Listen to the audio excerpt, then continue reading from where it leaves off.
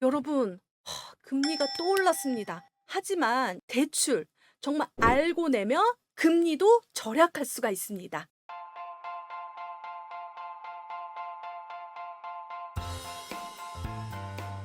야, 우리 이제 금리 테크 해야 되는데요. 7월 달 이후에 바뀌는 대출 제도 소개해 드리겠습니다.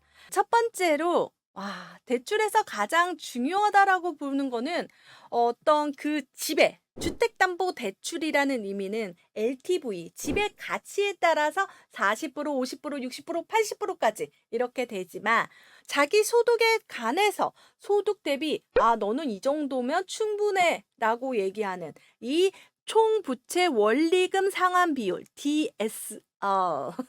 여러분 이거 꼭 기억하셔야 되는데요. 지금 7월 1일부터는 신규 대출에 적용을 하는데 원래 2억 원 초과일 때는 다 DSR 적용해서 계산을 했는데 이제 1억 원으로 이렇게 낮춰졌다라는 겁니다. 그래서 웬만한 대출을 낼 때는 TSR이 여러분의 발목을 잡을 수 있겠죠. 여러 가지 대출을 냈다면 내가 원하는 진짜 대출에서는 이 소득 이 기준 때문에 대출을 낼 수 없다라는 겁니다. 그래서 여러분들이 DSR 같은 경우에는 본인의 DSR을 조금 관리를 해야 된다라는 거죠. 하지만 여러분 여기서 꿀팁이 있어요. DSR을 적용 안 받는 대출이 있습니다. 바로 전세, 대출, 보금자리론, 중도금 대출, 이주비 대출은 DSR 규제에 제외가 됩니다. 만약 내가 소득이 적은 사람이라면 사실 전세자금 대출 들어봤더니 내 소득이 없으면 안 된대. 이렇게 또 뜬구름 잡는 소식을 듣게 되거든요. 그래서 전세 대출은 가능합니다, 여러분. 그리고 사실 나 진짜 소득 없는데 집을 사고 싶어. 그렇게 되면은 보금자리론 같은 경우에는 DSR을 안 해요, 여러분. 그리고 청약 당첨되더라도 중도금 대출도 DSR이 안 됩니다. 두 번째입니다. 이거 진짜 언제 되나 궁금하시죠? 생애 최초 주택 구입자의 주택담보대출 비율. 그러니까 집값의 비율, LTV. 80% 적용을 하는데요. 3분기 중요합니다. 7월, 8월, 9월 중요하니까 아마도 7월 이후 아마 곧 나올 것 같습니다. 생애 최초 주택 구입자입니다. 지역주택 가격에 따라 50%에서 70% 적용받았던 것을 지역에 상관없이 일률적으로 80%, 투기가열지구도 80%, 조정대상 지역도 80%가 나온다는 겁니다. 이거 같은 경우에는 생애 최초 주택 구입자만 해당이 된다라는 거죠. 그리고 보금자리론하고 적격대출은요. 11월부터 생애 최초 구입자라면 LTV 80%도 적용을 받는다고 합니다. 여러 가지 주택담보대출이 있습니다. 보금자리론, 적격대출 이런 거 같은 경우에는 고정금리로 이렇게 출발하게 되거든요. 그런데 요즘 너무 많이 올라서 사실 이게 무의미할 정도로 금리 관리를 해야지 가장 싼 금리를 찾아야 된다라는 거죠.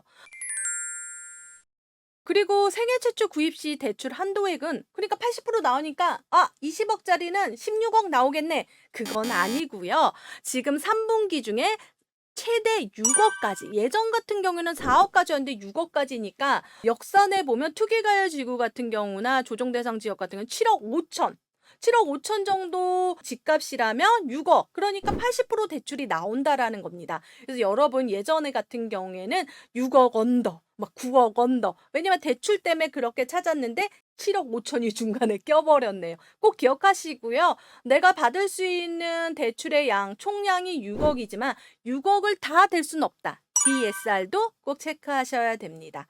그리고 네 번째로는요. 이거 진짜 희소식인데요. 신용대출 한도 규제 폐지. 예전 같은 경우에는 신용대출을요. 연소득이네요. 그러니까 만약에 내가 연봉이 5천이다. 그러면 5천까지만 신용대출이 가능했지만 2배까지 가능하다. 여기서도 DSR을 또 체크를 하겠죠. 1억 원 이상일 경우에는. 그리고 신용대출 같은 경우에는 1억 원 이상을 만약에 내가 내게 된다고 하면은 또 우리 사인을 합니다. 무슨 사인을? 집을 절대 사지 않는다. 그런 것도 꼼꼼히 챙겨 보셔야 됩니다. 그래도 신용대출 급할 때, 급전이 필요할 때 내 연봉의 2배만큼은 최대 이렇게 빌릴 수 있다라는 거죠. 그리고 보금자리론하고 적격대출 같은 경우에는 대출 기간이 확대됐습니다. 이건 8월 달부터인데요. 원래 최장 40년에서 50년, 50년 동안 내가 갚아? 그러니까 여러분, DSR이 조금 쓰게 되는 거죠. DSR 같은 경우는 원금과 이자를 이렇게 나눠서 내 연봉에 이렇게 40%까지만 딱 맞춰서 하는 건데, 이거를 50년으로 늘으면 40년의 원금을 갚을 거, 50년의 원금을 갚을 거, 어떤 게 작은 것 같아? 이게 작잖아요, 50년이. 그렇기 때문에 DSR을 조금 완화된 효과를 보인다. 이 보금자리론과 적격대출 8월부터 시행을 한다라고 합니다. 그리고 대출 중에서 여러분, 서민 실수요자 대출 요건이요. 이게 원래 조건이 되게 까다로웠는데요. 제가 조건 최종적으로 정리해 드리겠습니다. 이거는 3분기 중에 아마 발표를 할 것 같고요. 연소득 9천만 원 이하. 9천만 원 이하. 주택 가격 9억 원 이하.